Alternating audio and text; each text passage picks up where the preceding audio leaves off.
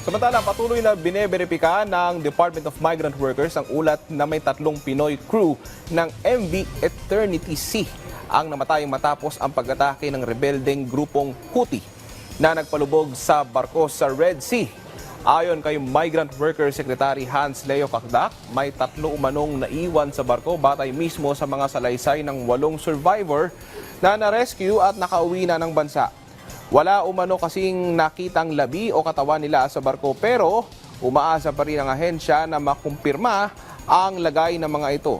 Dagdag pa ni Kakdak, may isang Pilipinong crew ang nawawala at pinaghahanap pa rin hanggang sa ngayon. Nitong Martes, kinumpirma ng DMW na may 9 na Pinoy ang hawak pa ng grupong Houthi.